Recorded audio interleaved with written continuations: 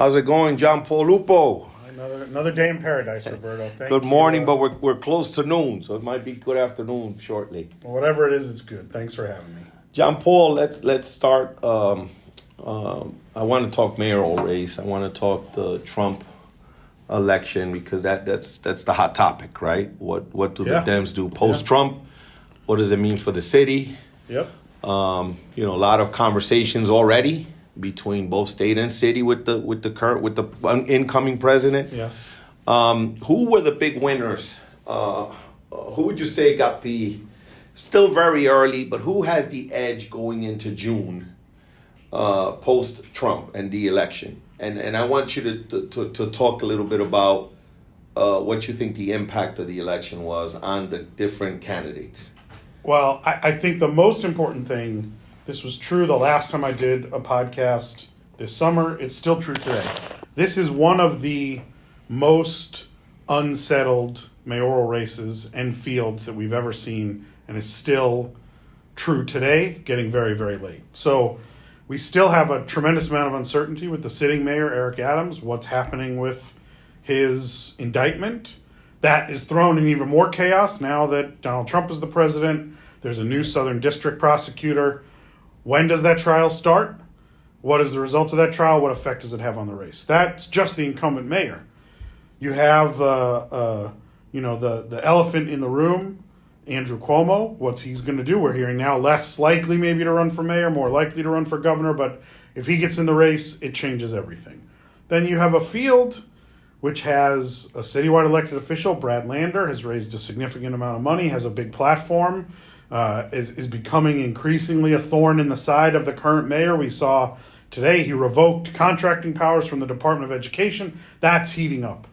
You have some young, aggressive candidates in Zelnor Myrie and Jessica Ramos from Albany who are really trying to put more of a progressive, person of color, working class imprint on the campaign. And then we have a candidate in Zoran Mandami who has come out of the gate like a shot out of a cannon. He's raised a tremendous amount of money. He's walking around with a camcorder and a stick mic and making a huge impact, at least on the press. Now, you still have to say, what does the race look like today? Sitting citywide elected official Brad Lander with a tremendous amount of money has to be considered the most significant non-Eric Adams candidate in the race, far and away.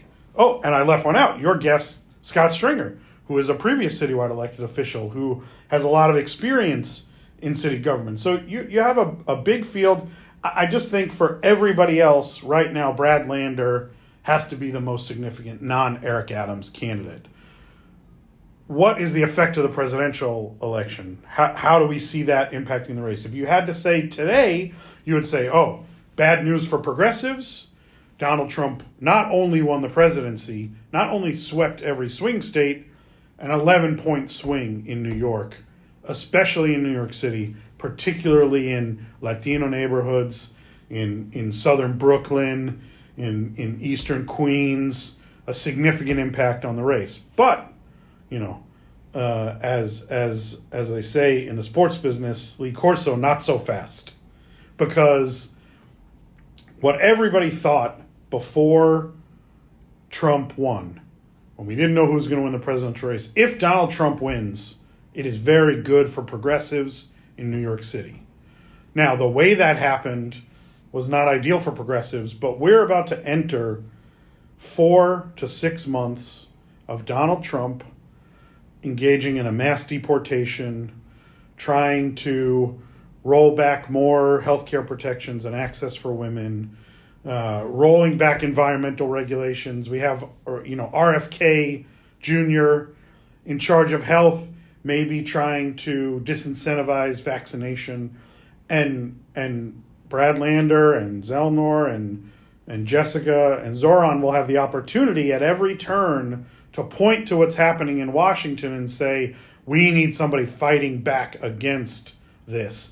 And so while the election result may not be good for progressives, the reign of Donald Trump in these first 6 months will provide the progressives with significant opportunities to say, look, you may not be happy about a flood of immigrants into New York City and the effect it has on your quality of life. But are you happy that Donald Trump is ripping families apart at the border or in shelters in New York City? And the video of that and the images of that effect remains to be seen.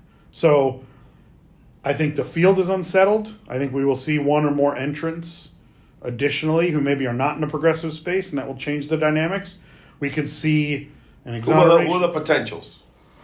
Well, Andrew Cuomo certainly is one that you've heard out there. I think there is a caricature of a potential that I don't think Catherine Garcia is going to run. But Catherine Garcia's stand-in, someone who says there's not a Democratic or Republican way to pick up the trash to improve quality of life. I think you will see somebody get into this race who can fit in that mold, particularly if Eric Adams, the mayor's legal troubles continue unresolved. Somebody has to fill that lane. A name that you hear out there from folks, former Speaker of the City Council, mayoral candidate Christine Quinn. Her name is being talked about. You're going to see somebody who can fill that lane with experience, who's not necessarily associated with the progressive movement or the left, who can provide voters with an option if they want to just, have a higher quality of life, have their trash picked up, have a government operator be in there. We will see somebody fill that lane. Do you have skin in the game? Are you working? You're a consultant. Are you working with any of the candidates? I am not working on a mayoral campaign as of this recording. I don't anticipate working on a mayoral campaign. Why? I know a lot of these candidates. I consider them friends. I have a business where I have business before some of these people, and it just wasn't the right time for me to get involved. Now I will say, a very good friend of mine, my council member Justin Brandon, who's running for controller, I will be involved in his campaign for controller. That'll take up a significant amount of my time. So no, I don't have skin in the game in the mayoral race right now. You ran Maya Wiley's campaign. I was a part of the leadership, yes. Okay, yeah. Okay. Question. Why did you think the outcome was, right? Why did Mayor Adams win? Was it the time, going back to you saying that Trump's election is not catastrophic for progressives because the pendulum is going to swing in the opposite direction once he starts making these policy changes that he's promised or implementing them? But Maya Wiley came in third behind Mayor Adams, Catherine Garcia, and you were part of the leadership team.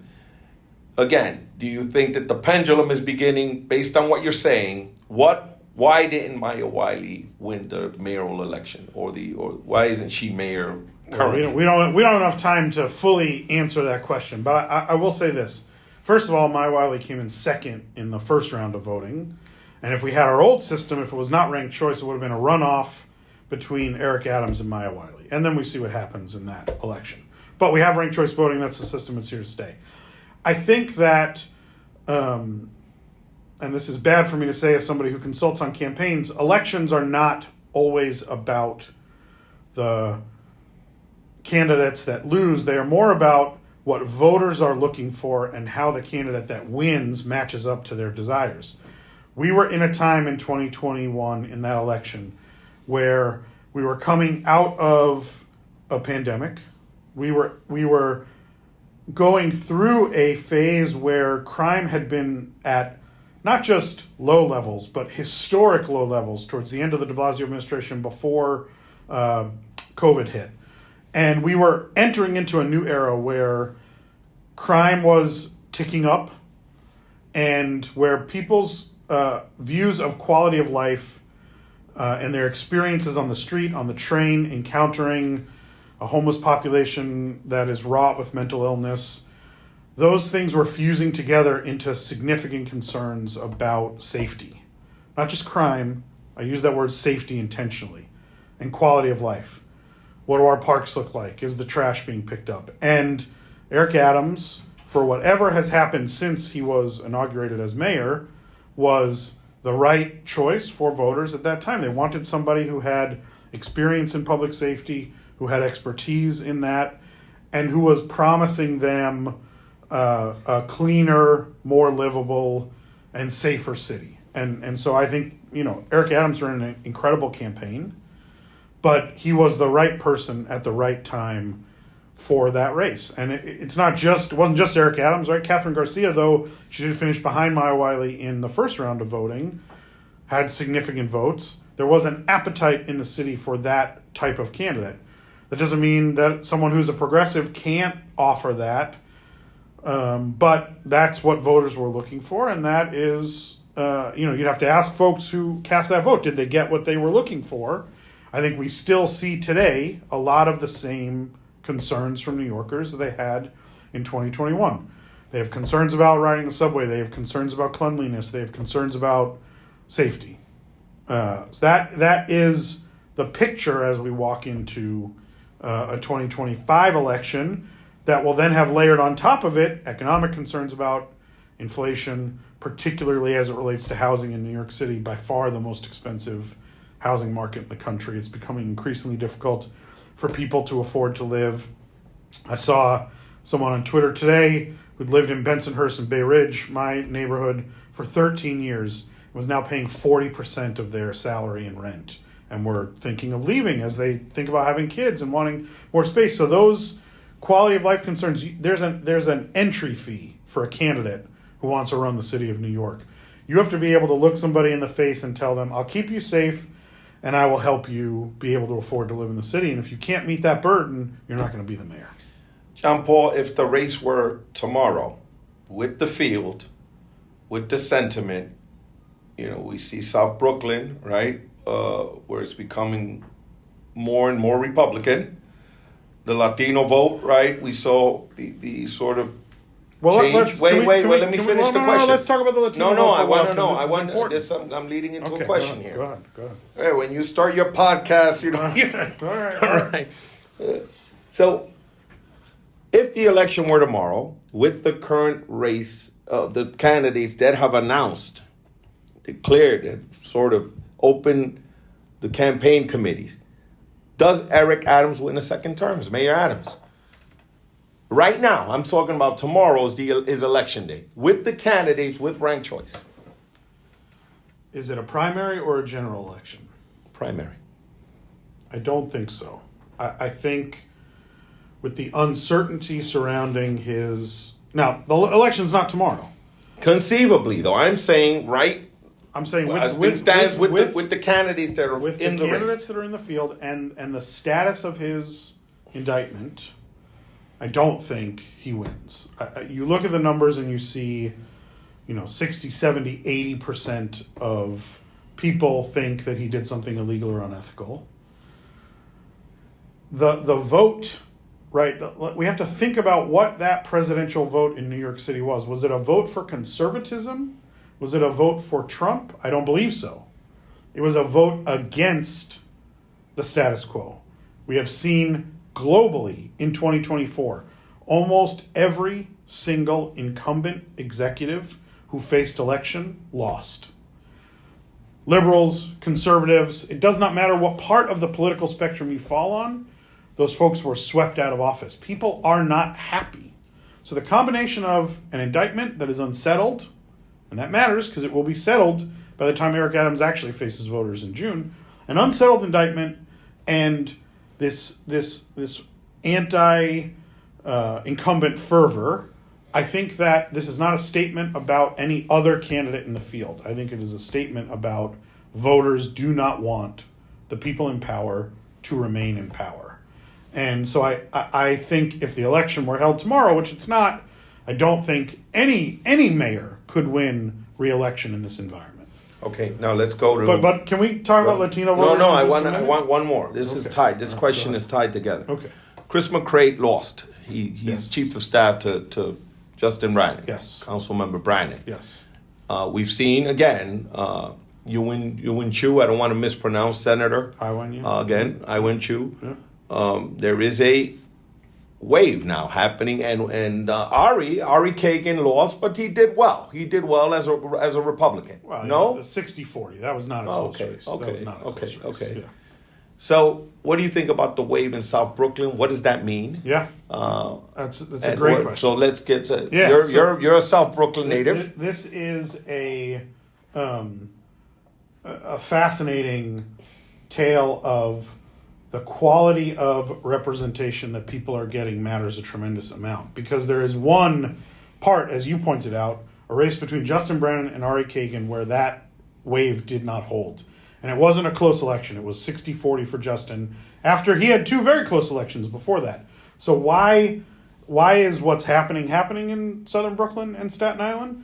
And why are there a couple of outliers? And there's another outlier, which is Senator Jessica Scarcella Stanton, who should have had a nail-biting election and wound up winning about 55-45. I haven't looked in a couple weeks, but she won relatively easily, considering last time she only won by a few hundred votes. Okay, so why are these two people standing out in this sea of red? Well, why does the sea of red exist? The area is becoming much more Republican. There's no doubt about that. This is traditionally a purple swing area. Mari Golden represented the area in the state Senate and city council. So you have some swing back and forth.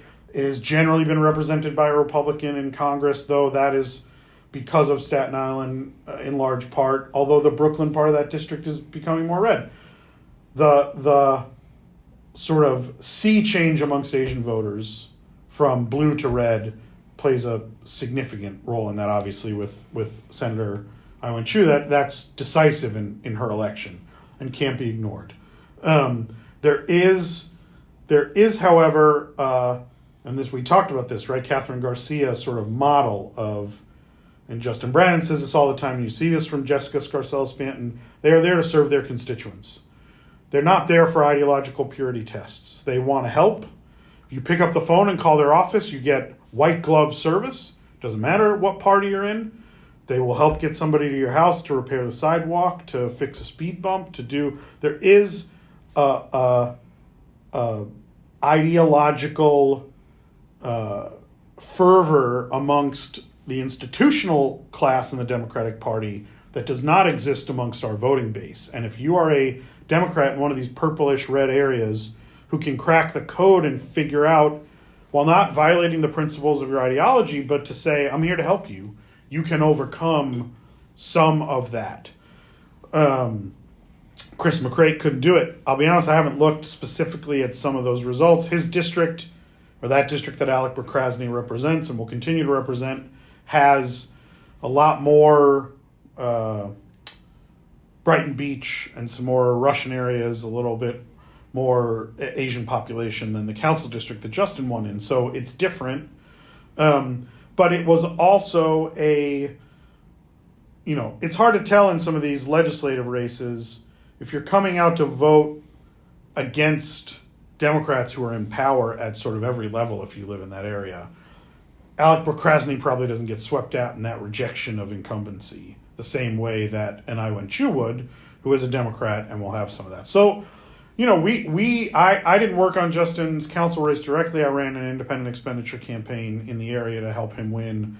But it's highly dependent on the quality of the candidate and their reputation.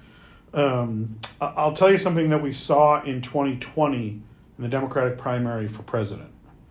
It was fascinating.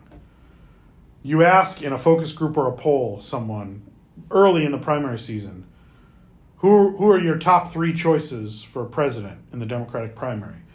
And almost universally they would say, Joe Biden 1, Bernie Sanders 2. Bernie Sanders 1, Joe Biden 2. Now, as an insider and a practitioner, you say, these people are crazy. Bernie Sanders is a socialist and Joe Biden represents the moderate wing of the Democratic Party. How can those same people say these are my top two choices? Because there is a trust and an authenticity and thought that those folks are going to fight for ordinary working class people in a way that not every Democrat can capture. So how does that juxtaposition exist? That's how it exists. You were chomping at the bit to go into the Latino vote. Give me your take. So I wanna take you back a little. Please. Because we had this same thing happen in 2004 when George Bush ran for president. That's right. You and I are old enough to remember that. That's right. George Bush won almost the same percentage of the Latino vote that Donald Trump just won. Correct. And there was he spoke a little Spanish and he was the governor of Texas and he had this moderate immigration policy and Democrats were panicked that we were losing the Latino vote for a generation. And then in 2008, Barack Obama won. Let me say something. 66%. The last amnesty was Ronald Reagan. Yes, 100%. I mean, few people know that. Yeah. So, but Barack Obama won 2/3 of the Latino vote. Returned to normalcy. Now, that didn't happen by accident. We have to look at, and this is something that practitioners, prognosticators, not you, but podcast hosts are very bad at. Everybody wants to go on Twitter and say, I know what happened. Here's what happened. This was 2 weeks ago. Everybody chill out. Calm down. Let's be methodical about this. We don't know exactly what happened. We have some ideas. We have theories. We need to be very thoughtful about this and not just say it's progressives' fault, it's moderates' fault, it's Kamala Harris's fault, it's Joe Biden's fault, although Joe Biden bears a lot of responsibility. But why did Latino voters make this massive switch? Was it economics, as a lot of people have speculated?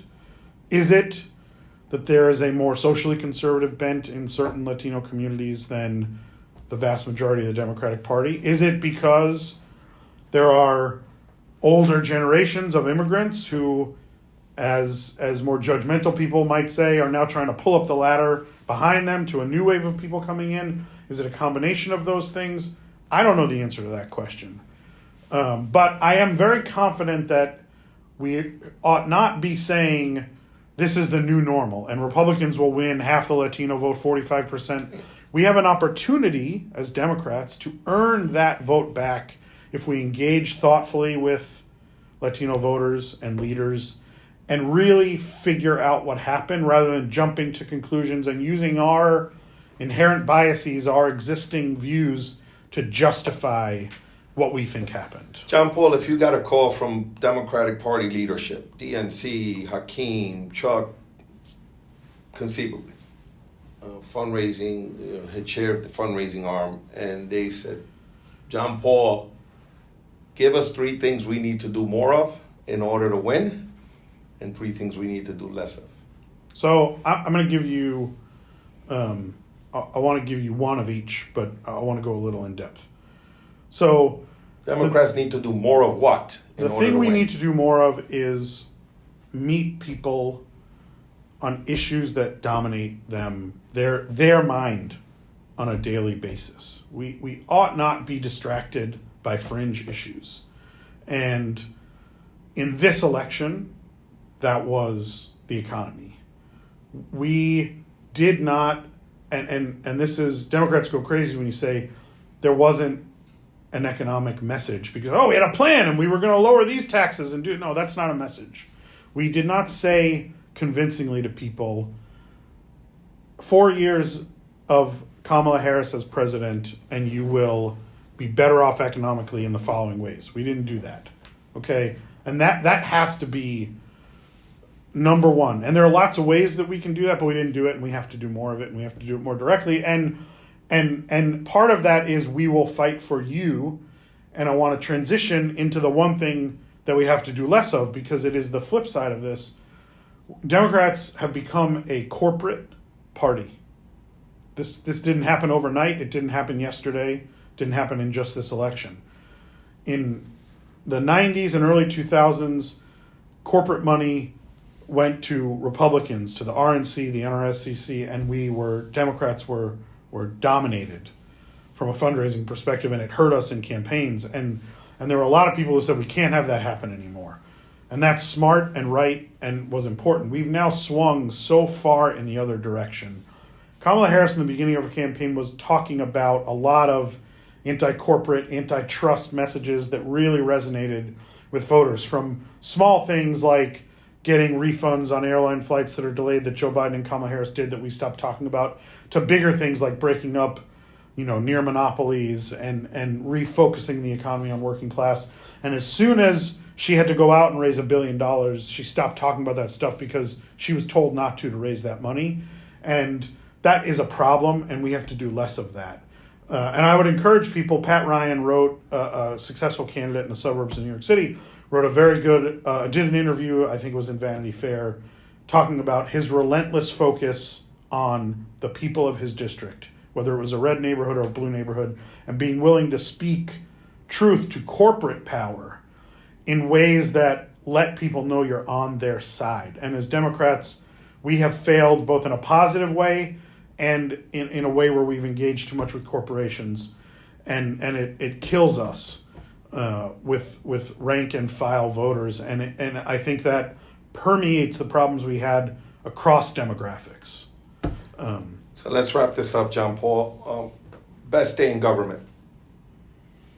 I listened to the prior podcast, and I knew you were going to ask me this question, and I thought about it a lot. Honestly, every day for me. Come on, no. I'm going to say it was a privilege to get up and work with people like you and others in City Hall to fight for New Yorkers. And if I had to pick just one day, it would be the day that we got our version of the City of Yes, which was called MIH and ZQA, passed through the City Council with, over 40 votes on both measures, and allowed the production of tens of thousands, if not hundreds of thousands, of units of housing for families in New York who otherwise wouldn't have been able to afford to live in the city. Worst day.